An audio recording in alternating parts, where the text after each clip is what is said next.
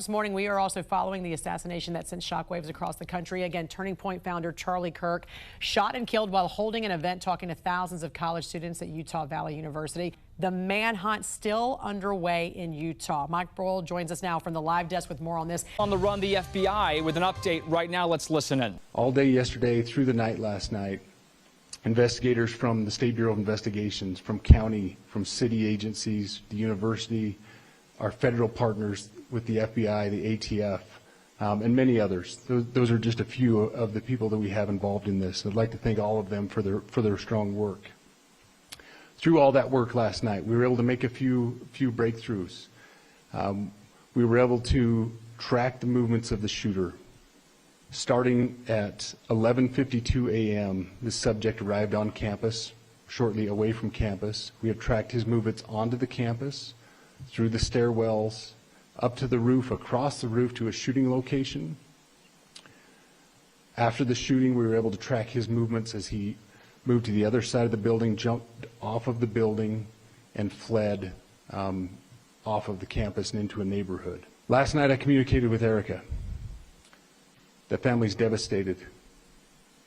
As a commissioner of public safety, as a father, as a husband, I can only imagine what that family's going through. The heinous event that happened yesterday is not Utah. This is not what we're known for.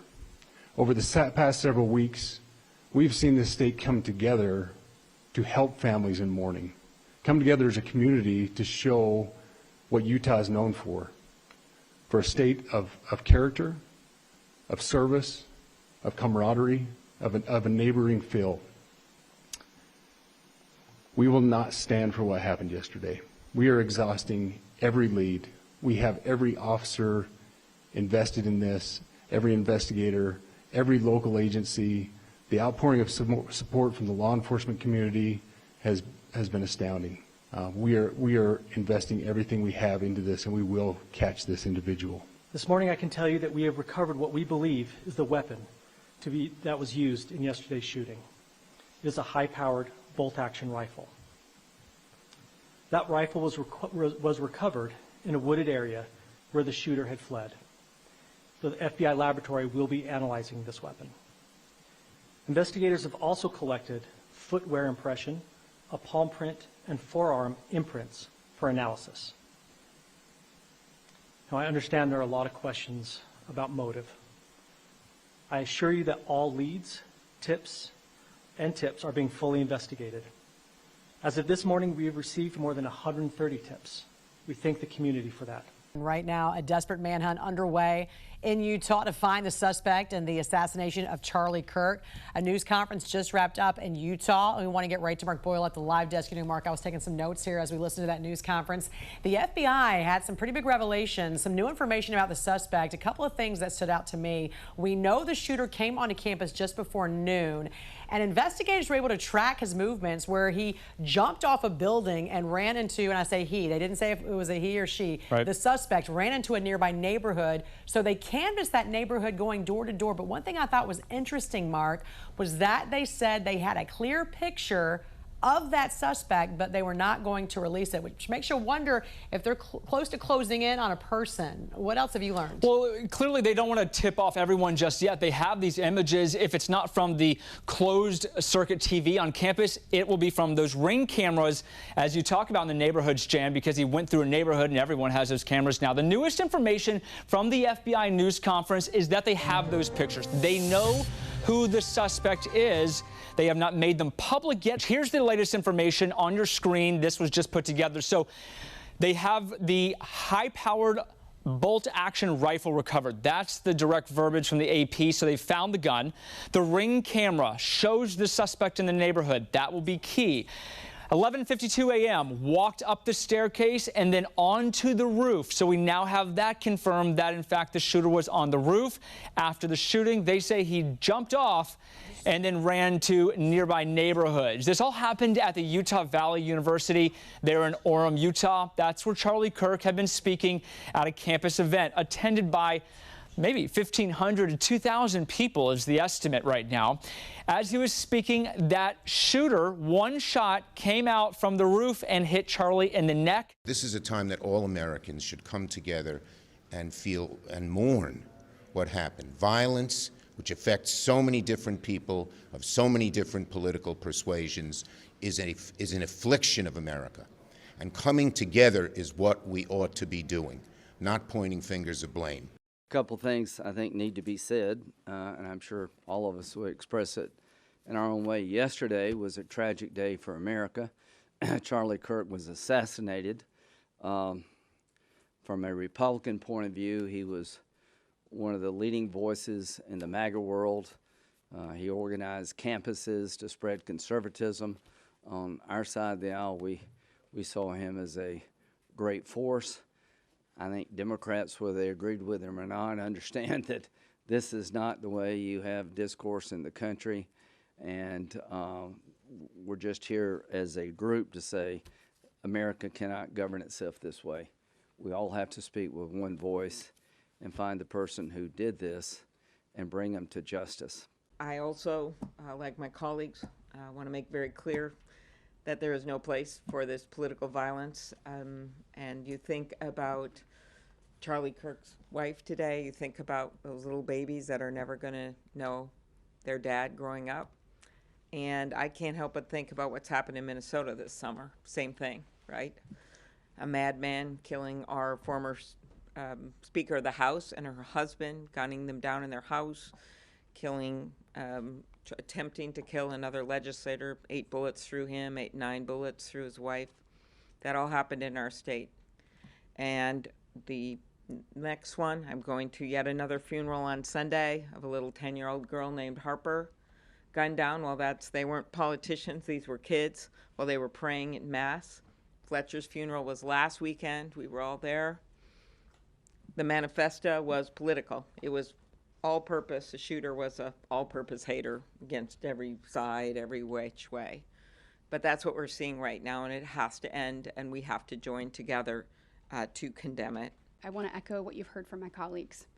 Political violence has no place in America.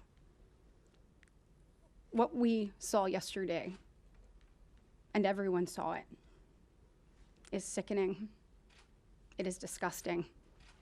It was a political assassination. No matter where you are on the political spectrum, violence has no place in America and American political discourse. I think we can all agree that violence ought to be solidly denounced, condemned, and stopped in America. And the spreading frequency and severity of violence should be sickening and shocking to all Americans. No matter what your politics, political violence has to stop. This moment requires leadership that brings the American people together as opposed to trying to further divide us. Political violence in any form against any American is unacceptable, should be denounced by everyone, and moving forward, we have to figure out a better way to come together, not as Democrats or Republicans, but as Americans. President Trump has ordered flags to be flown at half-staff through Sunday in honor of Charlie Kirk, and this is actually the 9/11 ceremonies. The president did announce Kirk's death on Truth Social, writing, "The great and even legendary Charlie Kirk is dead. No one understood or had the heart of the youth in the United States of America better than Charlie. He was loved and admired by all, especially me, and now he is no longer with us." Melania and my sympathies go out to his beautiful wife, Erica, and family. Charlie, we love you. Before we begin, let me express the horror and grief so many Americans at the heinous assassination of Charlie Kirk have felt. Charlie was a giant of his generation, a champion of liberty, and an inspiration to millions and millions of people. Our prayers are with his wonderful wife, Eric, and his beautiful children. Fantastic people they are. We miss him greatly, yet I have no doubt that Charlie's voice and the courage he put into the hearts of countless people, especially young people, will live on. I'm pleased to announce that I will soon be awarding Charlie Kirk posthumously the Presidential Medal of Freedom. The date of the ceremony will be announced, and I can only guarantee you one thing, that we will have a very big crowd, very, very big. Charlie Kirk transformed American politics as we know it, starting with the youngest voters in America. Instead of enrolling in college, Charlie went to college and began a dialogue with students on campuses all across America. He co-founded Turning Point USA at 18 years old, which has exploded in size to more than 250,000 student members at more than 850 college campuses nationwide. Political commentator Michael Knowles wrote, Charlie's prudence, the principal virtue in politics, built a generational coalition that helped to transform the American government. His temperance distinguished him as one of the few on the right to eschew whiskey, cigars, and every other delight that might have distracted him from his purpose for which he had so little time. Charlie Kirk would have been president. His friends knew it, his admirers knew it, and his enemies knew it. And then Beau Mason, B-E-A-U, Mason, M-A-S-O-N.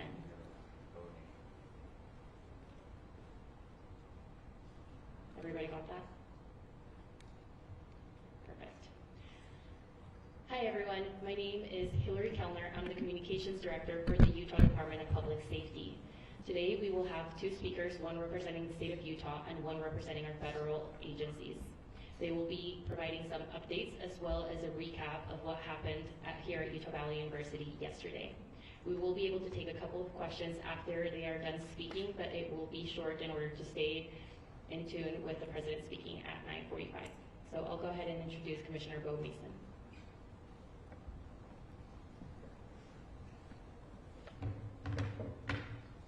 Good morning.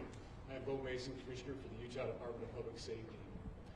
I'd be remiss if we didn't start off today and recognize the significance of the day. Historically on 9/11, law enforcement has come together as a group to recognize and honor those that sacrificed to preserve the ideals of this country, the freedoms of this country. And instead we find ourselves today hunting a murderer who chose to violate our rights, the rights of an individual within this country. Just to recap yesterday's events, at around 12:20 p.m., political influencer Charlie Kirk was at Utah Valley University participating in a student-sponsored event with Turning Point USA. Charlie was shot at that event. He was transported to a local hospital where he later passed. Last night, his body was moved to the state office of the medical examiner. We will continue to facilitate movements to get him home today and with his family. Yesterday, during the investigative process, we located a couple of persons of interest. We interviewed those individuals, and after releasing them and after clearing them of being suspects, they faced scrutiny, they faced threats. We asked the public to be patient with the investigative process. These individuals were not suspects, they were people of interest. We ask that you do not impose into those people and that investigative process. They don't deserve that harassment for being subject to that. I'd like to thank all the investigators that are involved in this. They have worked around the clock. All day yesterday, through the night last night, investigators from the State Bureau of Investigations, from county, from city agencies, the university, our federal partners with the FBI, the ATF, and many others. Those are just a few of the people that we have involved in this. I'd like to thank all of them for their strong work.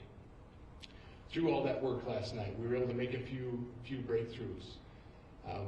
We were able to track the movements of the shooter. Starting at 11:52 a.m., the subject arrived on campus, shortly away from campus. We have tracked his movements onto the campus, through the stairwells, up to the roof, across the roof to a shooting location.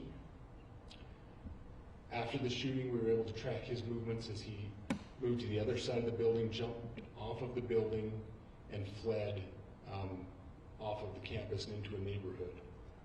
Our investigators have worked through those neighborhoods, contacting anybody they can with doorbell cameras, witnesses, and have thoroughly worked through those communities, trying to identify any leads. We do have good video footage of this individual. We are not going to release that at this time. We are working through some technologies and some ways to identify this individual. If we are unsuccessful, we will reach out to you as the media and we will push that publicly to help us identify them. But we're confident in our abilities right now, and we would like to move forward in a manner that keeps everyone safe and moves this process appropriately. Last night I communicated with Erica. The family's devastated. As a commissioner of public safety, as a father, as a husband, I can only imagine what that family's going through. The heinous event that happened yesterday is not Utah. This is not what we're known for. Over the past several weeks, we've seen this state come together to help families in mourning, come together as a community to show what Utah is known for a state of character, of service, of camaraderie, of a neighboring feel. We will not stand for what happened yesterday. We are exhausting every lead. We have every officer invested in this, every investigator, every local agency. The outpouring of support from the law enforcement community has been astounding. We are investing everything we have into this, and we will catch this individual. Having walked through the crime scene, through the hallways of this school, through the classrooms, I can't imagine what the people on scene felt as well. A horrific event where some of them barricaded in classrooms, some of them ran in fear. Can't overstate the tragedy and the horrific event that yesterday was, and how we will work to bring to justice the actions of one individual or any other individuals that assisted in that. Our state has gone through a lot, and we will come out successful. With that, I'll turn the time over to Special Agent Rose. Good morning. My name is Robert Bowles, and I am the Special Agent in charge of the Salt Lake Field Office. Following yesterday's tragic shooting of Charlie Kirk, FBI agents have been working around the clock in coordination with our law enforcement partners. We are and will continue to work nonstop until we find the person that has committed this heinous crime and find out why they did it. This morning I can tell you that we have recovered what we believe is the weapon that was used in yesterday's shooting. It is a high-powered bolt-action rifle. That rifle was recovered in a wooded area where the shooter had fled. So the FBI laboratory will be analyzing this weapon. Investigators have also collected footwear impression, a palm print, and forearm imprints for analysis. Now, I understand there are a lot of questions about motive. I assure you that all leads, tips are being fully investigated. As of this morning, we have received more than 130 tips. We thank the community for that. The FBI has brought every resource to bear, and we will continue to do so throughout the course of this investigation. The FBI's mission is to protect the American people. It's to uphold the Constitution of the United States. Any attack on the First Amendment is an attack on the very foundation of our democracy. That is why we will relentlessly pursue this case and the shooter until we find him. We also continue to grieve with the family and the community. It's our community. If you have any video or images from the shooting, we ask you to please submit them to our digital media tip website at www.fbi.gov/Utah Valley Shooting. The FBI at 1-800-CALL-FBI. We truly rely on the public's help in these types of cases, and no tip is too small or insignificant. Thank you.